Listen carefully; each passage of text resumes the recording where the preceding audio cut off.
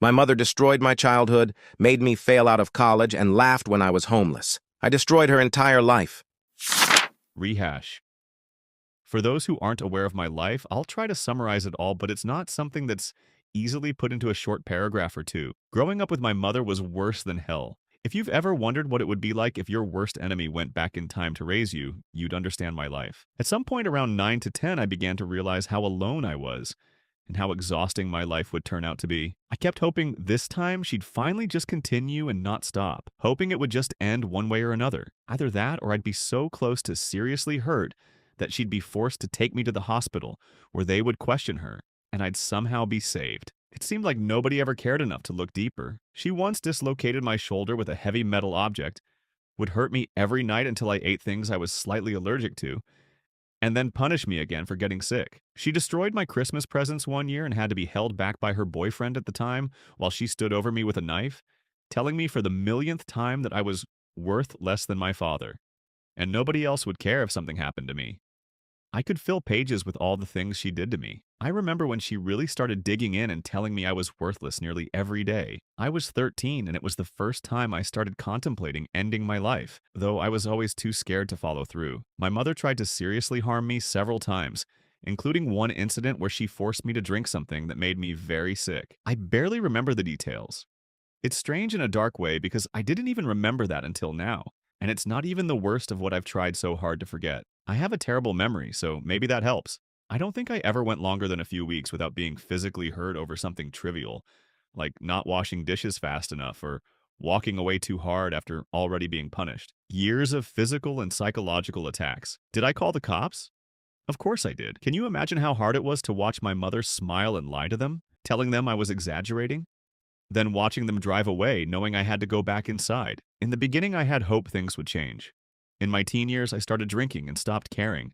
And now here I am after all of it, somehow still alive. My stepdad told me years after his divorce that he only stayed because he was afraid something terrible would happen to me one day. He's lucky he never saw how much worse it got when he wasn't there anymore. It would have broken his heart. He also told me that my mother had experienced abuse growing up in another country, which gave me some perspective in my teens. Not that it changed anything, because every single day she had a choice, and every single day she chose to hurt me. Maybe I'm overstating things considering she didn't actually end my life, even though she came close so many times. Maybe that means somewhere deep down she cared. I don't know. I don't think about it. She often bought me new electronics, but she'd use them as leverage and constantly invade my privacy, so in the end, it never really meant much. After everything and all the times she kicked me out from 13 to 17 years old, I was always on edge. She told me when I was 18, while I was staying with my aunt, that if I went to college, I'd always have a place to live. I don't know why I believed her. I had gone to stay with my aunt temporarily for 4 to 6 months after my mother kicked me out at 17. But my mother would still stop by and buy groceries or leave me cash. She was unusually kind to me while I was there. By this point, she wasn't physically hurting me anymore. Not that she really could have. I was older and things would have escalated badly, and I've always hated the idea of hurting anyone anyway. And instead, it was mostly verbal attacks. But since I wasn't around her much, life seemed easier. My mother had learned plenty of ways to mess with me without ever touching me. Sometimes it felt like she hated me more than I hated myself. My aunt couldn't let me stay any longer. She valued her privacy. I'd already been there a while. And I was an emotionally damaged and rebellious teenager she didn't really have the time or ability to help. So I went back to my mother's house for the last time and started attending community college full-time. I didn't have any real passion or direction. I felt like an empty shell just going through the motions. But I was still trying to stay alive, even when I didn't feel the will to, hoping that one day I'd finally feel something different. My mother, of course, slipped back into her old habits. She would dump trash, dirty diapers, old food, dishes filled with water, onto my bed if I forgot to take it out, and sometimes just because she felt like it. She'd lock me out in the snow for hours because I didn't respond to a text fast enough, even if I had class coming up. I wasn't allowed to have keys. She'd pretend not to hear me knocking or ringing the bell. She'd tell my younger sister to ignore it too. Eventually, I'd have to sleep on the front steps or at a friend's house, and I'd still get in trouble for it, even though I was 18. Because it was her house, her rules. It never stopped. I had no real direction, and honestly, I didn't plan on living past 25. Despite all of that, I was doing well in school with about a 3.6 GPA. I left my mother's house for the final time a few days before finals week. I came home from drinking with friends and rang the bell around 9 p.m. She opened the door, glaring at me, and immediately started yelling about when I was going to move out. She followed me into my tiny bedroom. I tried to close the door and she nearly pulled it off the hinges. I sat on my bed and stared at her silently while she kept shouting and firing questions at me. Then she walked away. A few minutes later, while I was in the kitchen getting some juice, I heard her on the phone calling the police, saying she was afraid I might hurt her or my younger siblings. I didn't even have the energy to react. 3 days later, I failed all of my finals because I couldn't even show up. I was dealing with too much, so I grabbed what I could and left 15 minutes later. After everything and all the times she kicked me out from 13 to 17 years old, I was always on edge. She told me when I was 18, while I was staying with my aunt, that if I went to college, I'd always have a place to live. I don't know why I believed her. I had gone to stay with my aunt temporarily for 4 to 6 months after my mother kicked me out at 17. But my mother would still stop by and buy groceries or leave me cash. She was unusually kind to me while I was there. By this point, she wasn't physically hurting me anymore. Not that she really could have. I was older and things would have escalated badly, and I've always hated the idea of hurting anyone anyway. And instead, it was mostly verbal attacks. But since I wasn't around her much, life seemed easier. My mother had learned plenty of ways to mess with me without ever touching me. Sometimes it felt like she hated me more than I hated myself. My aunt couldn't let me stay any longer. She valued her privacy. I'd already been there a while.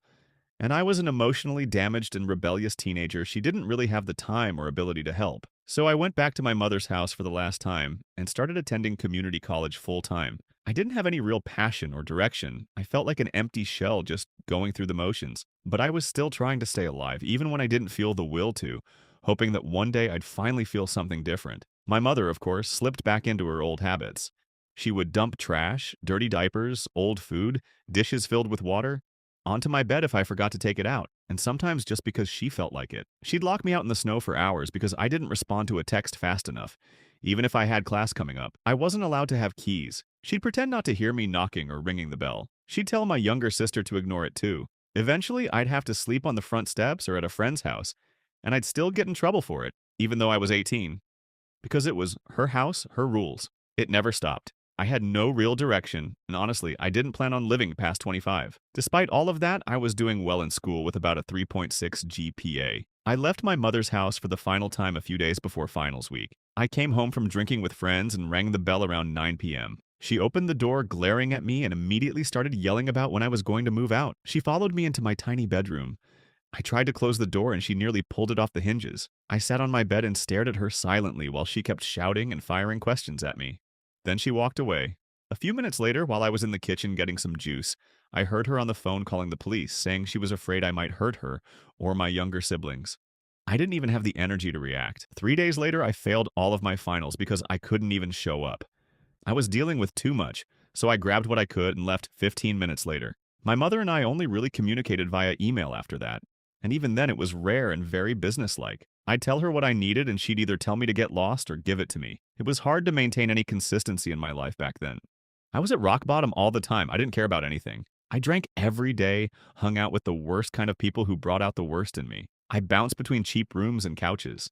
It was early 2016 when I discovered photography, and it completely changed the direction of my life. I stopped hanging out with people and stopped trying to maintain pointless relationships.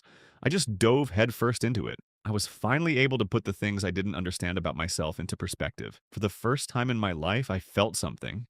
Not exactly an emotion, more like a sense of possibility. For the first time, I seriously wondered what I might be capable of. I had something to look forward to.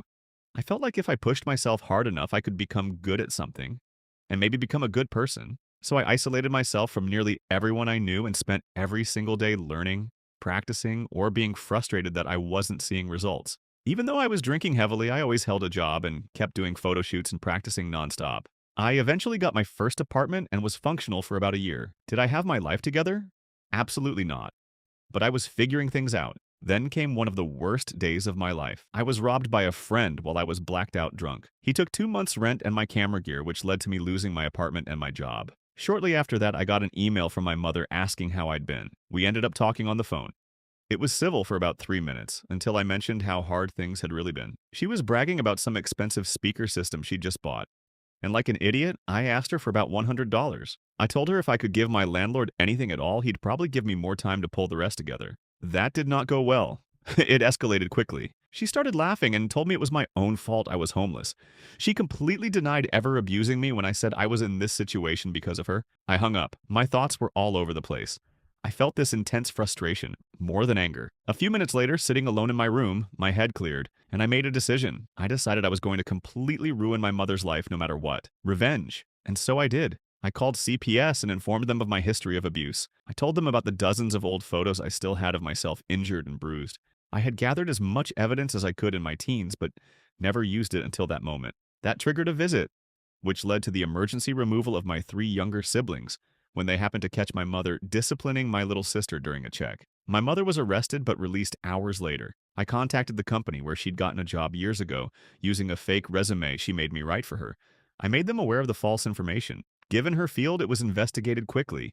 She was fired and effectively blacklisted. She lost nearly an $80,000 salary. I then deleted every email in the accounts I had originally created for her since she never changed the passwords. After that, I deleted the accounts themselves. Within weeks, things were clearly spiraling for her. My youngest sister's father, who had been engaged to my mother, started filing for sole custody of his daughter, who was now in CPS custody. I'm sure he wasn't happy learning what could have happened if my mother had continued unchecked. She missed court appointments. I heard she hadn't been able to pay her mortgage and had to borrow money from friends. Her life had become a chaotic mess, and I was the one who set it in motion. Everything was falling apart. She went completely silent for months and ended up with a warrant after missing another court date. That was all fall and winter of last year. She was off the grid and I just went on with my life. Early 2019, I got a random call from her and found out she had gone back to her home country months earlier after everything fell apart. How she was allowed on a plane, I have no idea. Then came another stream of excuses and lies from her. She told me I needed to call CPS and say she was a good mother and that she had never abused me or my siblings. It was unbelievable, so I cut her off. I had always mentally prepared for this moment.